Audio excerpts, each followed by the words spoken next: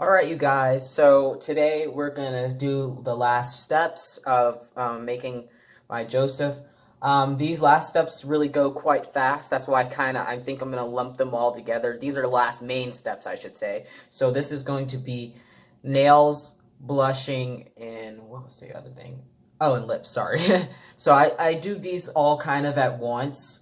If that makes any sense, I'll show you what I mean. So for the blush, I use the same color that I use for the red mottling layer, but I just dilute it a little bit more, so it's not as dark of a red. And then what I do for my blushing is I will then brush this red onto the same mottling sponge I used for that, and that will serve for my application method. So the main thing I want to show you about blushing is where I blush. So as you can see, there he is. I actually also tried shading for the first time, but I'm not too confident about how it turned out, so I'm not going to explain what I did because I don't want to steer you guys in the wrong direction.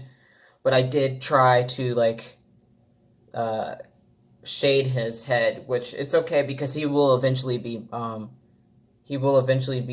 rooted anyway over my winter break. So for when it comes to shading, I shade usually in the same kind of pattern. So I'll shade on the apples of the cheeks, which is this full part right here. I mean, his face is full everywhere, but on the main parts of the cheeks here, I'll do a little angel's kiss on the forehead right here. And then I like to blush the ears. I like a really red ear look for me personally. So that's where I blush on the face. And then on the arms, I blush on the elbows. I blush on the palms. And on, if you can see, I leave the fingertips, like the very edges of the fingers, ends of the fingers, I leave those blank because those also will be blushed. If you look at ethnic babies, they have little pink ends to their fingers, so I do that. I leave those parts blank. Let me see if I can turn on the light. There, you can see, so I leave those parts blank as well, so he'll be blushed on there too. So open hands are a little bit different. So I will go through there with the blush color, but then I will focus back on this meaty part of his hand, of his palm right here, and then up here too. And then on the fingertips, I'll focus on the fingertips for my blushing as well when I go back through. Same thing with, I left the ends of the fingers blank so that blush color really comes through at the ends. And then on the feet and legs, I will blush the knees, the kneecap.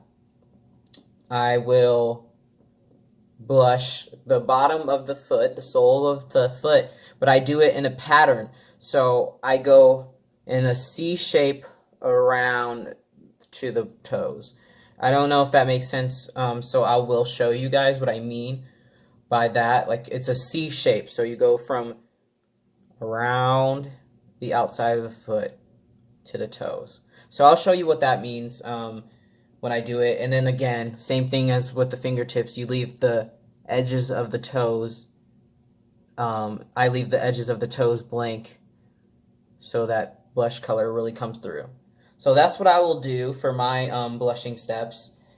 And then I do one layer blush, let that dry, do another one, let that dry, and then I'll do a third one and let that dry. And by that time,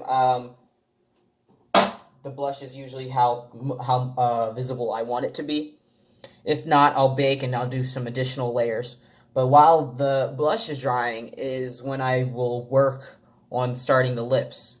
So I'll get you down the lip color. If I have it mixed already. So I do different layers of lip color. So one layer is this it's a dark red color. And I mix this dark red with a with a little bit of the thinning medium, and then a little bit of the Genesis glazing gel, and it gives you a nice like kind of lotion like texture, and that helps you apply the lip color. So I'll show you that also when I get there, but first I'm going to go through and show you what I mean by the blushing on the body and feet, so I can explain more by showing you. So I'll pause this. So you can tell from where he is shiny, where I placed that blush, that first layer of blush color on him.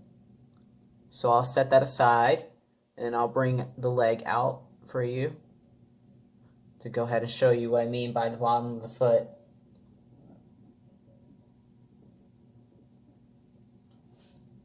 So, like I said, I'll do the kneecap first.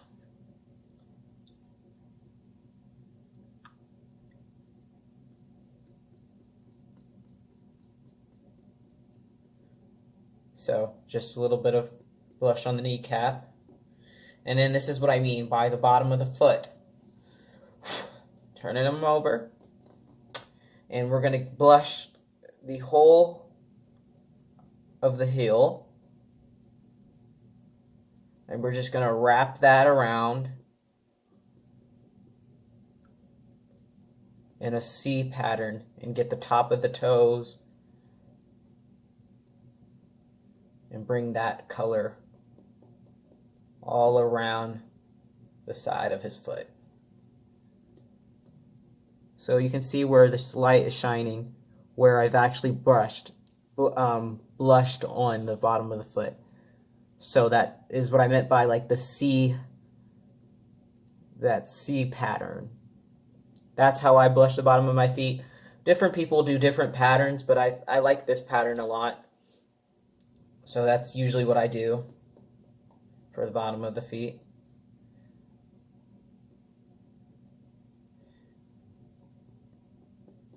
I'm making sure I really, blend it in.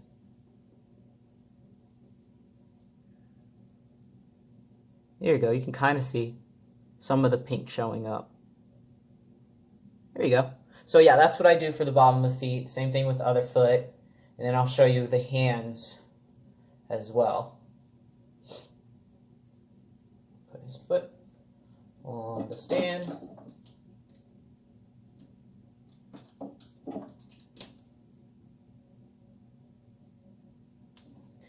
So now for I'll do his closed hand. So gonna blush that elbow. He kind of doesn't really have a super defined elbow because he's so chunky, but you can find it. If you can find it, it's like right where the arm starts to bend. So I'll put some blush there for the first layer, and then for this first layer of the closed fist, I blushed the entire palm and finger area. Let me see again. If I turn on the light, maybe you'll see. So I blushed that entire fist area for this first layer. And then when I go back, I'll focus more on the palm part. So I'll focus more on the palm part, this part right here at the bottom of the hand, for the further layers. So the second and third layer, that's where I'll focus. But for now, the whole fist gets this blush color. Happy with that, I'll set that aside. And then I can show you on his other hand that's partially open. So on this partially open hand, I'll go ahead and blush the entire hand for the first round, for the first layer. So that includes the fingers, the palm, the top of the fingers where the nails are. I'll blush that entire thing for this first layer, just to get a nice pink color started. on the hand. Because, I mean, if you look at your hand, it's not just that white color. It has some pinkness to it for the most part.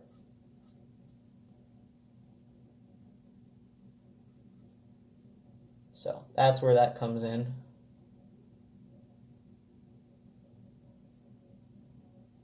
Again, making sure you get in between the fingers, that's important when you're doing this.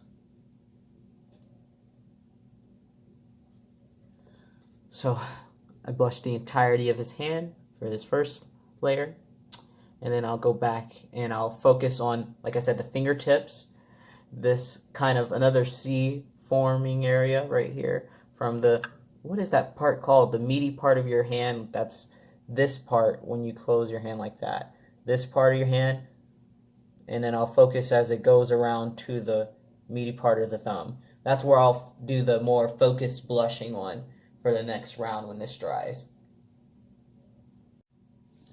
Okay, so while the second layer of blush is drying, I'm going to go ahead and mix up the first layer of the lip color. So I'm going to take the pre-mixed color number 4 lip blush nail, but I'm going to mix that in with other things. So I'm going to get some Mona Lisa thinner, just a little bit. Don't need a lot for this. And then I'm going to dip a little bit of that into this Mona Lisa. And then we're going to pick out a brown. I think I'm going to do brow brown, which again is color number 6, brow brown. I'm going to mix that into the mixture just a little bit to make it a kind of burgundy, dark red color. I'll show you in a second.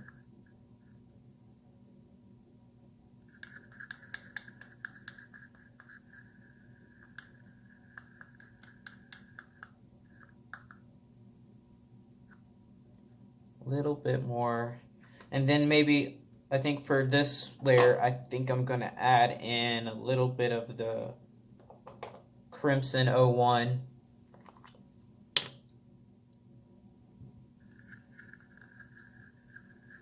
Which is that reddish purple color.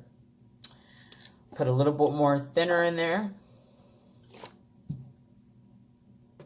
Close that up so it doesn't dry out. And then we're going to get out the varnishes. I mean, not the varnishes, the medium. So we're going to get a little bit of thinning medium. This is the Genesis thinning medium. We're going to add that into that mixture.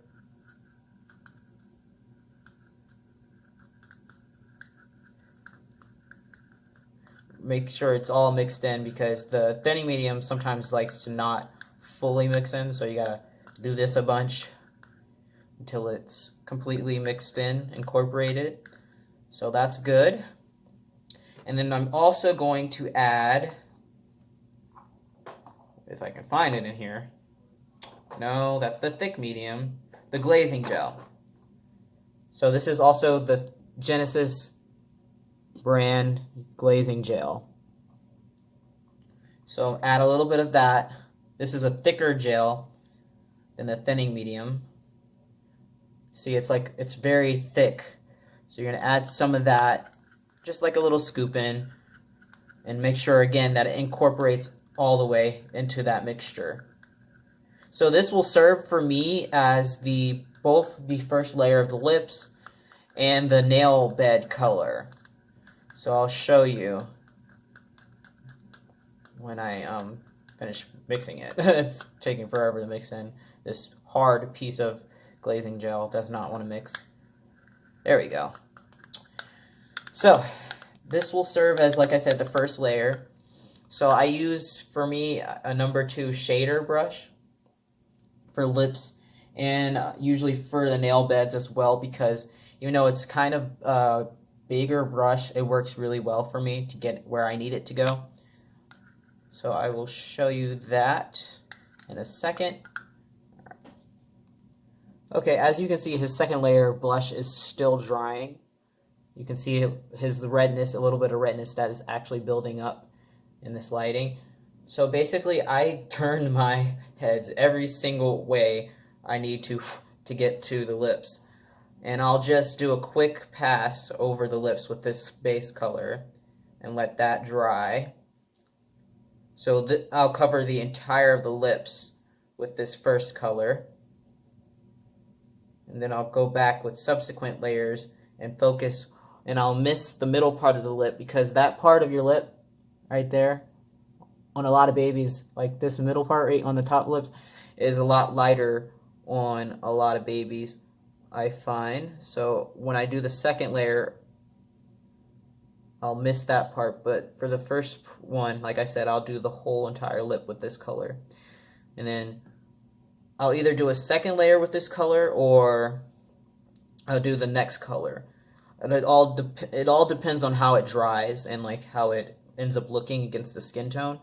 And then I'll decide if I want to do a second layer of this color or switch it up to a more purple based tone.